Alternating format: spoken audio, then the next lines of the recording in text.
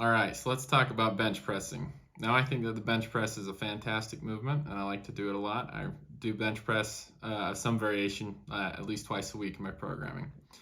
Now, remember, I'm doing a push-pull leg split, and I'm not doing that much volume per workout, which allows me to do bench press twice a week. Now, bench pressing, depending on the muscle you're trying to target, you change up your form a little bit. However, as I've typically been a power lifter, I like to bench for safety more than anything. I tore my pec just over a year ago. It's still kind of recovering.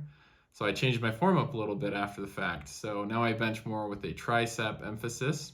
This means I keep my elbows in tighter and I bring my grip in a little bit and I push for my triceps more than I do my chest, meaning I don't allow my chest to go through the full range of motion and go all the way back because it puts my pecs into a somewhat compromised position. Now, a lot of people don't think that the bench press is a great tricep movement. I completely disagree. I think the most growth that I've had through my triceps have actually been through bench pressing.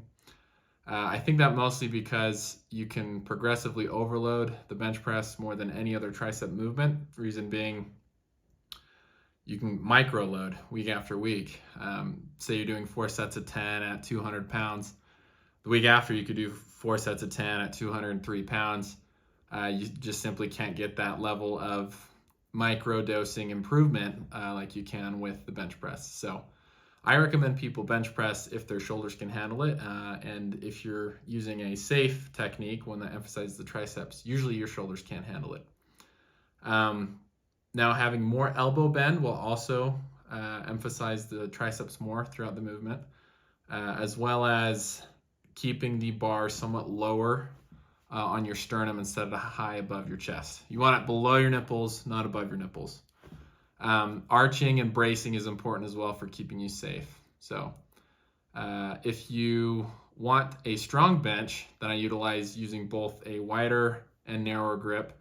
However, when you're doing a wider grip, know that you're trying to work your chest for hypertrophy more, which will actually make it so it's a shorter range of motion while you're bench pressing. And so I wouldn't go as heavy on those days as you would when you're doing a more narrow, more competition style bench press.